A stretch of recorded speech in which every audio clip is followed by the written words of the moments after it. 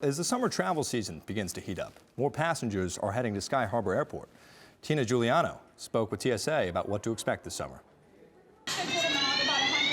Sky Harbor is filling up with passengers again. Last year, only about 21 million people traveled through Sky Harbor compared to the over 40 million from previous years, according to Sky Harbor officials. During the pandemic, if anyone traveled, they saw no lines. It was a quick process. That's not the case anymore. For many of these passengers, it's their first time flying since the beginning of the pandemic. Mancha says they've seen that many of those passengers have forgotten a few things about flying.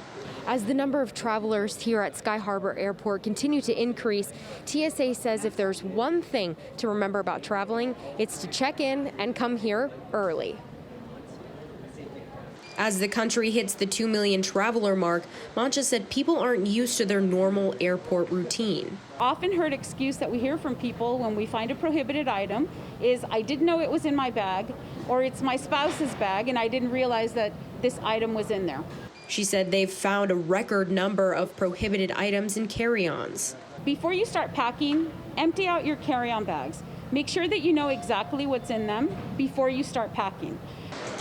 To continue through the airport, visitors will have to give up the item and in some cases pay a fine.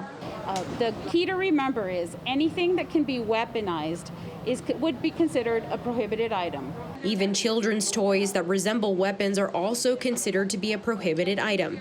In Phoenix, Tina Giuliano, Cronkite News.